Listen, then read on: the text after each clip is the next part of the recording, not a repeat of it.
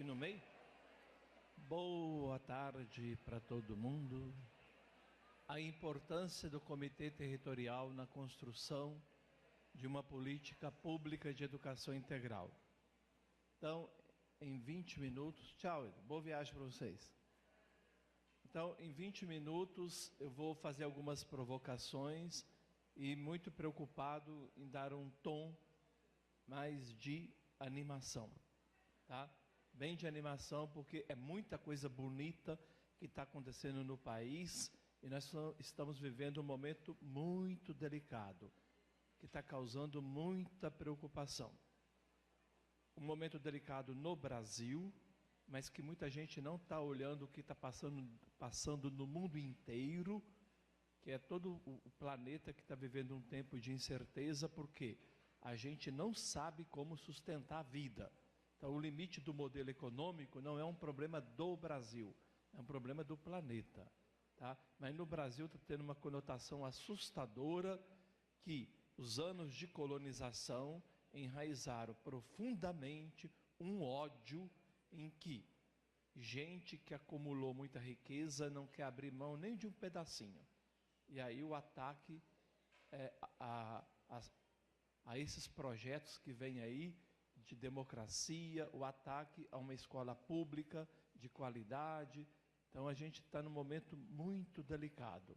E nesse momento muito delicado, é bom a gente se animar. Animar para não perder a riqueza desse movimento. E a riqueza desse movimento ficou escancarada aqui, né, na arte das crianças, que é muito bonito, né? Quando a gente via no corpo das crianças, tem novidade, tem coisa boa acontecendo aí. Então a gente tem que zelar por essa plantinha com muito cuidado, né? Então eu vou animar vocês, são 20 minutos só, vocês não vão ficar impacientes não. Então, o papel dessa reunião técnica, desse tipo de trabalho que está sendo feito no estado inteiro, cada município, é um papel de articulação.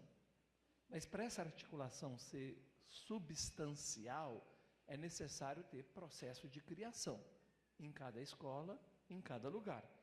Cada escola está se inventando.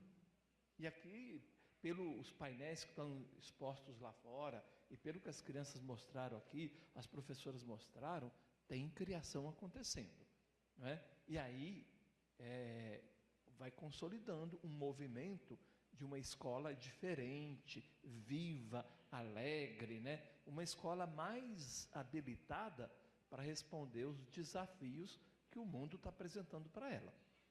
E aí, né, essa reunião técnica, ela tem um texto que é explícito e é oculto, ela tem um pretexto, que é uma pauta a cumprir, que foi esse conjunto de falas apresentadas aqui, e ela tem um contexto, o contexto de alto risco nas políticas públicas nacionais. O risco, qual é o risco? De esse projeto de uma escola mais popular, mais comunitária, ser empacado. Esse risco tem. Tá? Vamos ver então o texto explícito. O texto explícito diz: políticas públicas na educação integral, gestão e currículo na perspectiva da educação integral. A articulação e integração das ações do serviço de convivência e fortalecimento de vínculos e o programa Mais Educação. Fundeb, o financiamento público e a universalização do direito à educação pública socialmente referenciada. A importância dos comitês de educação na construção de uma política pública de educação integral. Educação integral, aspectos legais e financeiros. Esse é o texto explícito. Inclusive está no verso do certificado.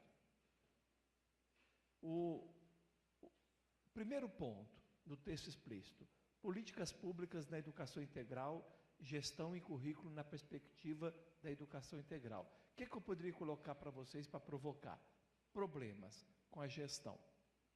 Como que a gente consegue fazer uma gestão democrática, com participação? Que é aquilo que já está previsto na Constituição brasileira e o que está previsto na LDB. O problema é, no papel está garantido, juridicamente está garantido. O desafio é como fazer isso sair do papel e virar realidade. O problema com o currículo, do jeito que o mundo está hoje, a escola vai ficar agarrada só na aprendizagem? O problema do humano, o que é ser humano hoje? O que o humanismo está nos levando? E essa barbárie que a gente está vivendo no mundo atual? Outro problema, o papel do saber, o papel da ciência. Quando a mídia está dando a pauta da nossa conversa do cotidiano, quando a mídia está produzindo o nosso olhar, qual que é o papel do saber? Qual que é o papel da ciência? Então, a crise da ciência, a crise do saber, está na sociedade inteira. Isso é um problema. E qual que é o desafio? Como fazer acontecer no real e no cotidiano da escola? Sair dos modelos idealizados, fazer a coisa virar experiência, virar acontecimento. No texto explícito diz assim: articulação e integração de ações do serviço, de convivência e fortalecimento de vínculos e o programa Mais Educação. Qual o problema que tem aí? Política pública de intersetorialidade em um estado cheio de vícios. Que vícios? Coronelismo, autoritarismo, tutela. Foram 500 anos de colonização. Essa cultura não muda por varinha mágica, não é? O desafio, a reinvenção do Estado em um território de tensão com a comunidade. E aí, outra escola. E por que é um território de tensão? Porque o Estado, ele tem obrigatoriedades a cumprir, estabelecidas na lei. Mas o Estado tem limite. A comunidade tem o direito ao serviço público, né? Políticas públicas construídas no princípio do direito e não do privilégio. A comunidade pode reivindicar isso. Mas a comunidade não pode esquecer que ela também tem potencialidades. Então, é como equilibrar isso? As obrigatoriedades do Estado e seus limites, o movimento da comunidade e a sua potencialidade. Nesta reunião técnica, o texto explícito diz: a importância dos comitês de educação na construção de uma política pública de educação integral. Problema: o risco de cada escola ser capturada pelo espetáculo e pela ilusão da mágica, achar que as coisas podem mudar com mágica, ou então fazer coisas espetaculares, grandiosas, e aí vai perder justamente o núcleo político da simplicidade. A produção do humano se faz na simplicidade. Né? Vocês viram aqui as crianças apresentando, né? A riqueza que tem aquilo que é feito com simplicidade. O desafio: experiências coletivas de criação em cada escola. Então, cada escola se assumir como laboratório permanente de experimentação, de criação. Nessa reunião técnica, o texto explícito diz: educação integral, aspectos legais e financeiros. Problema: o que é o jurídico? O que é o orçamento? Desafios para nós. E são desafios, são problemas sérios, né? A gente entender o que é o jurídico e entender o que é o orçamento. Aqui mesmo agora, né, nessa conversa sobre custeio e investimento, né? E mesmo o tema do voluntariado, a gente vê que tem problema. O que são os três poderes neste contexto atual? O que está acontecendo essa política de direito no plano do executivo? E o que a gente está observando nesse país no plano do legislativo? O que a gente está observando nesse país no plano do judiciário? Nós, educadores, se estivermos comprometidos com a comunidade, nós vamos precisar investigar isso, para a gente se acertar melhor. O desafio: fortalecer a articulação entre o movimento instituinte e o instituído. O instituinte é esse movimento de ir inventando, né?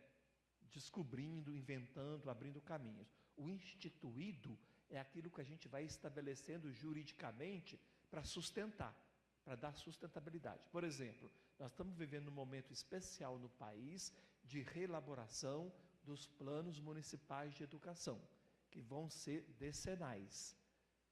Aquilo que vai entrar no plano vai se tornar instituído. E o plano será muito mais dinâmico, mais vivo, se ele captar toda essa aprendizagem que vem das diversas experiências, o que vem do movimento instituinte. O texto oculto. Então se eu falei que nessa reunião técnica tem um texto explícito, tem um oculto. Qual que é o oculto?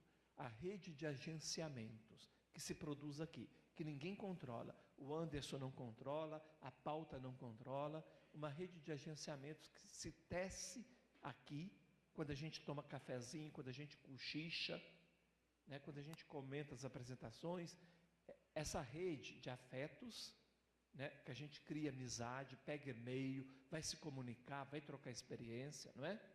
E a rede de perceptos. A gente começa a ligar as coisas. Nossa, eu posso fazer isso na minha escola.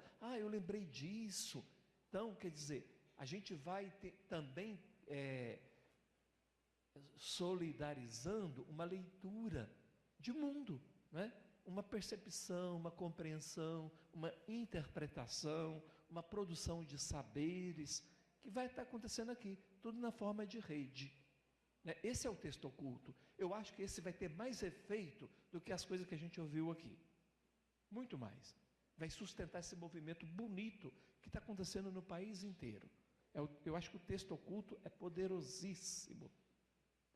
E aí, nesse texto oculto, a gente vê uma briga entre Apolo e Dionísio, né? O princípio apolíneo, na mitologia grega, e o princípio dionisíaco. O princípio apolíneo é o princípio da forma, da organização, do planejamento, da racionalidade. O princípio dionisíaco é o princípio da festa, da pulsação, né? do calor do acontecimento. E aí Dionísio opera por contágio. Então, um dos papéis políticos mais importantes dessas reuniões, desse tipo aqui do comitê, é promover o contágio. Porque as várias experiências, as várias conversas, essa rede de afeto e percepto vai contagiando. E isso, o efeito do contágio é irreversível. Outro país estaremos inventando, outra sociedade, outra escola. Um pressuposto. O que significa educar o ser humano hoje por inteiro? Essa pergunta está aqui nas entrelinhas de toda a fala. Então, eu estou usando essa expressão de propósito, estou evitando de usar a outra expressão. Eu estou falando educar por inteiro. Aí, eu trouxe uma pista desse livro aqui, de entrevista, do Cornelius Castoriadis, que é Uma Sociedade à Deriva. Ele fala, tem uma parte aqui que ele fala assim, quer ver? Eu vou compartilhar com vocês porque ele me provocou. Ele diz assim, ele faz uma pergunta assim: por que o sistema educacional está se decompondo? Há 3 elementos fundamentais, dos quais nunca se fala. Em primeiro lugar, não pode haver educação se os alunos não estiverem interessados no fato de aprender e no que aprendem.